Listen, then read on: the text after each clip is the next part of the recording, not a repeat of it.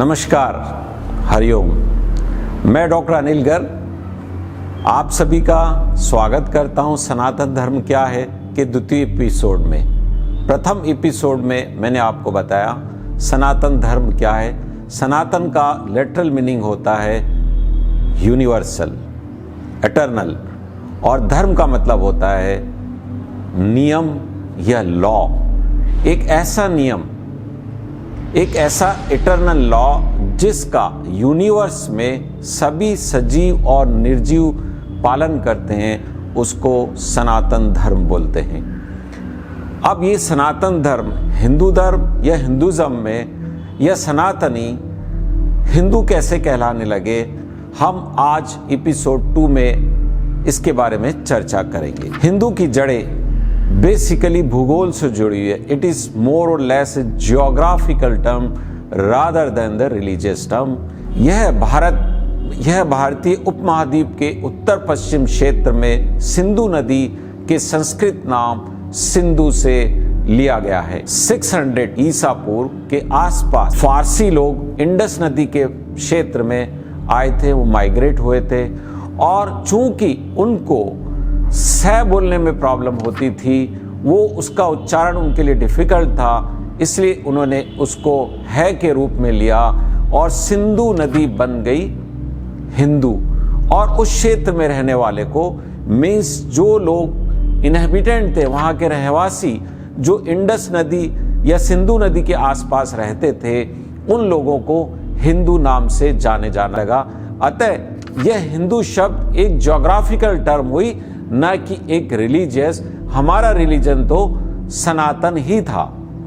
हिंदुओं की धार्मिक शब्दाओं का जिक्र, अब हिंदुइज्म या हिंदू धर्म का जो जिक्र होता है, कब होता है? सबसे पहला जिक्र 7th सेंचुरी के अंदर हमको पाया गया, जिसमें एक चाइनीज स्कॉलर था शोजोंग। उसने एक पुस्तक लिखी थी। उस पुस्तक का नाम था the great Tang dynasty record of the western region.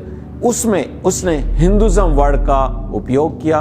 उसने उसमें मेंशन किया कि जो इंडस नदी के चारों तरफ रहने वाले लोग थे, वो हिंदू धर्म का पालन करते थे, अतः वो हिंदू कहलाए गए, और जिस धर्म का पालन करते थे उसे हिंदुज़म नाम दिया गया। फिर 19वीं शताब्दी में राजा राममोहन राय ने इसका उपयोग किया, और 1830 के अंदर जब हमारे यहाँ ब्रिटिशर्स आए, उन्होंने यहाँ पर शासन करना शुरू किया दुर्भाग्यवश, तो उन्होंने इस वर्ड को ऑलमोस्ट लीगल वर्ड कर दिया अन्य धर्मों के लोगों से, मीन्स मुसलमान, ईसाई, बौद्धिस्ट, इन सब से अलग करने के लिए, और एक कास्ट के रूप में इस शब्द का उपयोग उन्होंने किया 1830 में।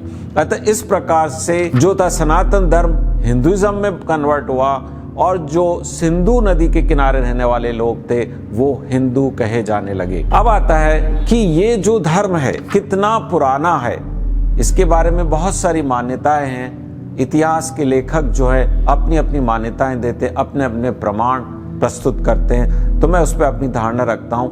जो सिविलाइजेशन है, मीन्स मोहनजोदड़ो, हड़प्पा, सरस्वती सिविलाइजेशन है, इनके अवशेषों से, मीन्स इन सभ्यताओं का अध्ययन किया गया, खुदाई की गई, तो वहां से जो अवशेष मिले, उन्होंने 2 बातें बताई कि उस वक्त मीन्स 5000 BC में जो सभ्यता थी वो अत्यधिक विकसित थी। वहाँ के लोग एक बहुत ही अच्छे शहर में, well designed, well planned city में रहते थे। उनकी अपनी इकोनॉमी थी, उनका अपना कल्चर था, और उसमें जो निशान पाए गए, जो गॉडेसेस के, गॉड के, स्वास्तिक के और सील ऐसी पाई गई, वो ये इंगित करता है कि वो लोग सनातन धर्म का पालन करते थे, यज्ञ करते थे और देवी देवताओं का पूजन करते थे। तो हम इन सभ्यताओं के आधार पे जो लेटेस्ट एविडेंस मिलता है, वो ये हम कह सकते हैं कि सनातन धर्म एटलीस्ट 5000 ईयर्स से पहले का, मतलब 5000 यदि BC बिफोर, तो आज के 2000 साल यदि हम ऐड कर देते हैं, तो सनातन धर्म कम से कम 7000 साल पहले का है। हम यदि जाते हैं कि बहुत सारे धर्मों को हम देखते हैं, हिस्ट्री में हम जाते हैं, तो एक सबसे ज्यादा जिन्होंने मुझे प्रभावित किया, जिनको मैंने काफी पढ़ा, वो है मिस्टर नीलेश नीलकंठ ओक। इन्होंने कई पुस्तकें लिखी हैं और इनके कई यूट्यूब्स आप देख सकते हैं, इनके वीडियो आप सुन सकते हैं। ये एक बहुत ही बड़े स्कॉलर हैं और एस्ट्रोनॉमी के बहुत बड़े ज्ञाता हैं। इन्होंने बहुत सारे अध्ययन किए और उसके ऊपर उन्होंने प्रूव किया कि जो महाभारत का युद्ध है कम से कम 5560 ईसा पूर्व, यानी कि 2000 ऐड कर देते तो 7560 से पहले हुआ था, और जो रामायण है 12,200 ईसा पूर्व, यानी कि 14,200 पहले के हैं। इन्होंने कई प्रकार के एविडेंसेस दिए, मल्टी डिसिप्लिनरी एविडेंसेस दिए, जो आप इस लिस्ट में देख सकते हैं। सारे के सारे टेक्स्ट में हाइड्रोलॉजी के बेस पे, जो रिवर्स उसके वक्त जा रही थी उनके बेस के ऊपर, ग्रहों नक्षत्रों की स्थिति के बेस के ऊपर, बाकी अन्य एविडेंसेस से कोरिलेट करने के ऊपर इन्होंने गहन अध्ययन करने के बाद में ये पूरे दृढ़तापूर्वक एविडेंस के साथ में प्रूव किया कि सनातन धर्म 14,000 साल पहले का है। मीन्स 14,000 प्लस 2,000 यदि हम ऐड कर दें तो कम से कम सनातन धर्म 16,000 साल पहले से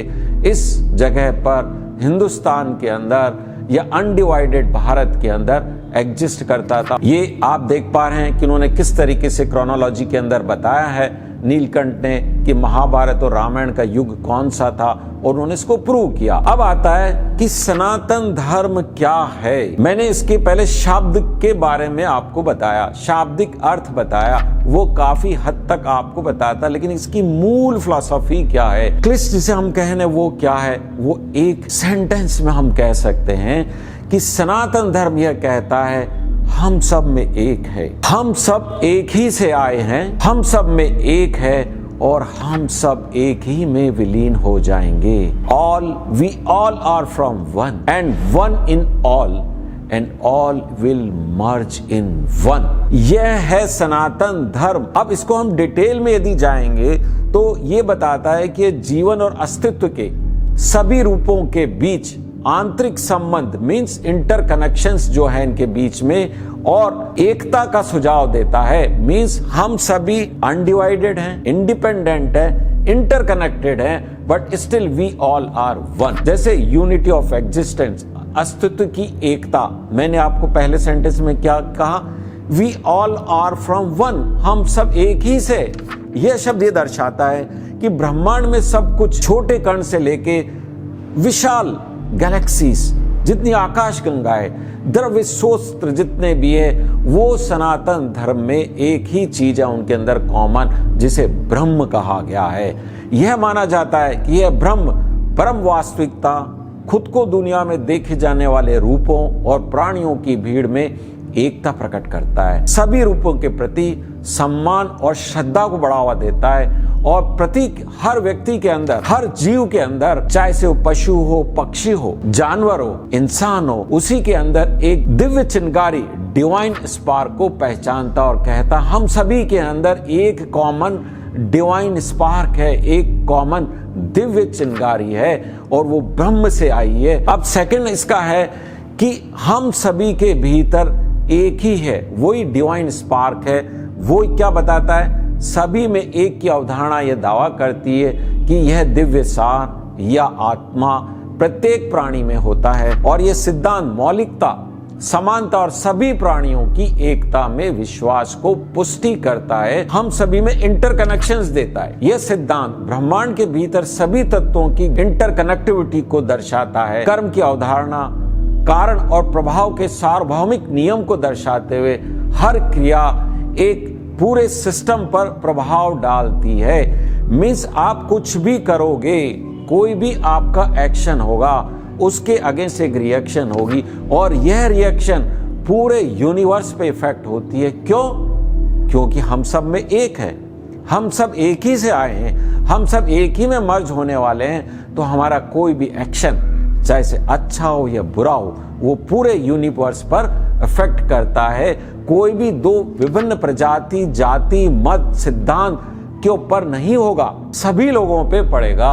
ऐसा नहीं हो सकता कि मैं ऐसा कुछ करूं जो सिर्फ हिंदुओं को फायदा दे, बाकी मुस्लिम, क्रिश्चियन या बौद्धों को फायदा ना दे, या मुस्लिम कुछ करे उसका प्रभाव, उसका आनंद सिर्फ मुस्लिम उठाए और बाकी लोग नहीं उठाए। यह बहुत बहुत महत्वपूर्ण है कि ये अवधारणा सब में इंटरकनेक्टनेस को दर्शाता है। अब आता है पाथ ऑफ एनलाइटमेंट, मीन्स आत्मज्ञान का मार्ग। इस मौलिक सत्य की प्राप्ति में कि व्यक्ति का स्वयं अनिवार्य रूप से सार्वभौमिक आत्मा या ब्रह्म के समान है, जिसे सनातन धर्म में अंतिम लक्ष्य माना गया है, जिसे अक्षर हम मोक्ष या मुक्ति कहते हैं। मीन्स मोक्ष किसे कहते हैं, मीन्स हमारा अंतिम उद्देश्य क्या है। अक्सर आपने सनातन धर्म में आपने सुना होगा कि मेरा उद्देश्य है मोक्ष, और मोक्ष शब्द को हमेशा गलत रूप में लिया गया है। मोक्ष का रूप मतलब है हम संसार को छोड़ दें, अपने परिवार को छोड़ दें, कामकाज को छोड़ दें और कहीं जाके जंगल में बस जाएं। नहीं, ये कतई नहीं है। मोक्ष का सबसे सिंपल शब्द में यदि मैं वर्णन करूं आपको, तो मोक्ष पर्याय है सब दुखों का अंत, उसे मोक्ष कहेंगे। या हमारा जो जीवन का फेर है, जो सनातन धर्म है, पुनर्जन्म में विश्वास करता है कि हम आएंगे, जाएंगे, फिर वापस आएंगे, फिर जाएंगे। जब तक हम कर्म बंधनों से मुक्ति नहीं मिल जाती, तब तक हमारा ये चक्र चलता रहेगा और हम कष्ट प्राप्त करते रहेंगे। यदि हम अच्छे कर्म करेंगे तो ये जो जीवन का चक्र, मृत्यु जीवन का चक्र है, वो समाप्त हो जाएगा। हमारे ब्रह्म में हम मिल जाएंगे और हमको परम शांति और आनंद की प्राप्ति होगी। यह जीवन का लक्ष्य है। अब ये आता है कि भाई ये कैसे प्राप्त किया जाए। मैंने इतनी सब आपसे चर्चा की कि हम सभी एक से आए हैं, हम सभी में एक हैं और अंत में हम सब विलीन हो जाएंगे। हमारा जीवन का लक्ष्य है मोक्ष प्राप्ति, मतलब जीवन के सारे सांसारिक जितने भी हमारे को कष्ट है, दुख है, पेन्स है, सफरिंग है, बीमारियां हैं, इन सब से हमारे को मुक्ति का मार्ग क्या है, वो भी एक बहुत ही सिंपल है। ये इसके बारे में डिटेल में मैं आपको अगले तीसरे एपिसोड में मैं आपको बताऊंगा। हरिओम, ओम शांति।